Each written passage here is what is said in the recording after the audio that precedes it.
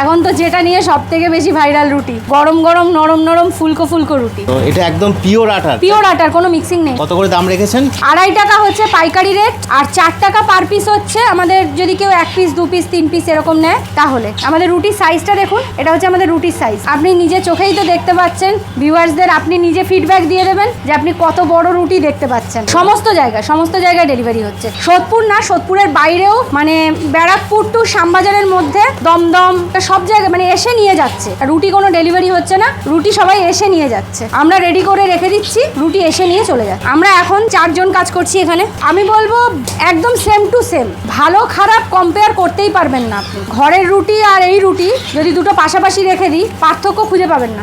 তো রুটিটা তো মাখাতে হয় যেরকম ভাবে হাত দিয়ে নরমাল মাখাতে হয়? না, আমাদের পুরোটাই মেশিনে, মাখানো থেকে শুরু করে ডো কাটিং থেকে শুরু করে সব কিছু মেশিনে। এটাতে শুধু শেখা হচ্ছে, ডো কাটিং হয়ে গেছে, মাখানো হয়ে গেছে।